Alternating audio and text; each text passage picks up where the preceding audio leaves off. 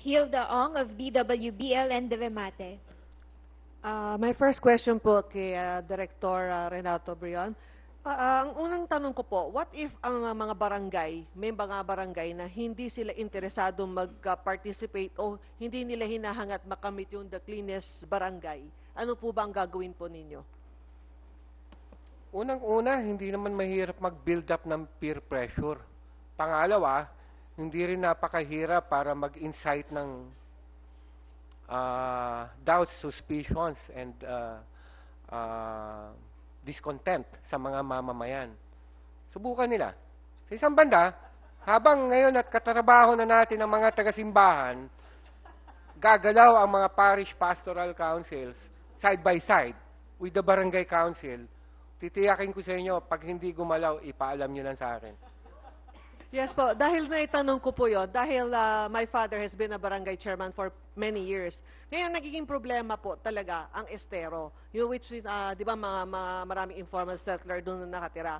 Ang ginawa ng father ko po, gumawa na po talaga siya ng harang doon sa estero para yung basura po ng kabilang barangay, hindi lulusot sa barangay namin. Ang nangyayari po, binubutas pa rin talaga nila yung harang nila. Kaya yung mga basura continue from one barangay to another barangay na hanggang ngayon, at yesterday, galing po kami, papunta po kami ng North Harbor, talaga makikita mo yung mga estero, grabe po ang basura.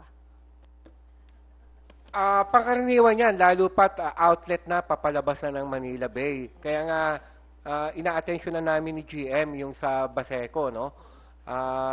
Ang totoo niyan, ngayon ko lang iniulat kay GM yan. Alam ko, love na love niya Baseco, pero inattentionan ko kagad. At kanina, nakipag-ugnayan na ako sa Kamanaba area, para maka-generate ako ng fishing net. Nag-coordinate din ako sa province of Bulacan para maka-generate ako ng mga bamboo poles, kawayan. Ano? Sisikapin kong maitaguyo dyan para pati yung pangkabuhayan na magagawa nila doon, mangyayari. Maitaas natin na antas ng kalidad ng pamumuhay nila. No? Pamamaraan lang yan. No?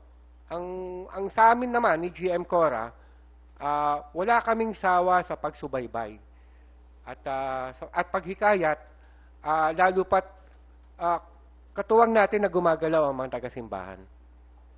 At my second question po kay GM Corazon Jimenez po, tungkol po naman to sa traffic. Kasi napapansin ko, kapag po may mga signal light, meron pong mga MMDA officer, pero hindi sila tumutulong sa pagta-traffic, lalo na po doon sa pagdating na intersection. At saka nakikita ko po, pagdating po sa mga, let's say, ang isang driver, private car, na kapag left turn, na may nakalagay daw na no left turn o no U-turn, matatalas ang mata nila. Pero kapag po nakita po naman namin na hinuhuli na niya ang driver, hindi niya hinuhuli yung mga PUJ o mga bus na nagdo-double lane, triple lane, kaya siksikan ang traffic, pero hindi nila hinuhuli yon. Okay. Sinabi nga na ni Director Brion, subukan nila, hindi ba? So, ito pong ating mga traffic enforcers, they have always been oriented, ano ang mga dapat gawin. So, kung may ganyan po tayong reklamo, pwede ho bang ibigay nyo sa amin location and maybe the names, no? Para mapagsabihan natin and mabigyan ng tamang ito.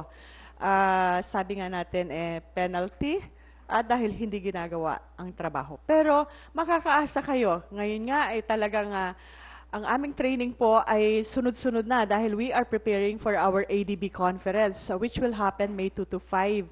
And MMDA has been tasked to take care of the 5,000 participants from 67 countries. Pero ipapakausap po namin sa inyong lahat, kung may nakikita kayong ganyang katiwalian, pwede ho bang ibigay ang lokasyon, the date, and time, and because we have actually the names of these people who are stationed in those areas. At my last question po para sa inyong dalawa. Yung tungkol po naman sa mga bangketa, meron po mga, kumbaga karinderya, na pag-aari po ng barangay chairman, ito po ba ay pinapayagan? Kasi ang barangay chairman ang nag-i-issue ng barangay permit, which is syempre naka-install yung structure. At yung po ba ay ina-allowed? At bakit hindi in-action na ng MMDA after how many labas po namin sa remate? Okay, kahapon po is a very good example of a barangay kapitan who owns. No? Nagsusumbong po sa akin yung asosasyon na yon. Anyway, pag sidewalk po, walang pwedeng magtayong kahit ano dyan o pwedeng magbenta. That's the law. Okay? Every day, nandyan po ang MMDA, pero kulang pala kami. Kulang ang aming tao para paalisin po itong lahat. But this barangay kapitan should be given actually notice. Maybe the DILG can act on this one. Pwedeng malaman yung pangalan ng barangay? Ito po ay nasa Barangay Valencia at ang kanyang, marami siya Valencia, karinderya. Quezon City? Yes, Valencia and corner Granada Street. At ito po ay hindi lang pong karinderya, meron pa siyang meron pa siyang pet shop, at ngayon na po meron pa siyang ihawan pa. Puro pag-aari po ng barangay chairman. Ako na ang susunod na hahakbang dyan, kikilos dyan. Kamakailan lang, meron tayong sinita na isang punong barangay ng Caloocan. Hindi naman ganon, kaya lang, patahian yun sa kanya. At yung kanyang sasakyan ay laging nakakasagabal. Dahil makitid lang yung kalsada, tapos napakalaki pa yung sasakyan niya, privately owned, pero nakalagay doon, actually, parang for official use also. Para maka-intimidate ba? Ganon. No? Gusto ko lang Hindi natin papayagan yung ganyan. Kaya, naging partner namin ang DILG. Dito tayo magiging successful itong contest na to. Dahil kung titignan niyo yung criteria, these are all included, itong mga klaseng problema na to. So pag-aaralan ninyo yung criteria at kung saan pumapasok nga itong ating mga kapitan at naiintindihan baga yung kanilang magiging role dito. Yung sinasabi natin, marami yan sa Metro Manila, pero siguro ang pag-iintindi din ng batas ay very important for a barangay kapitan.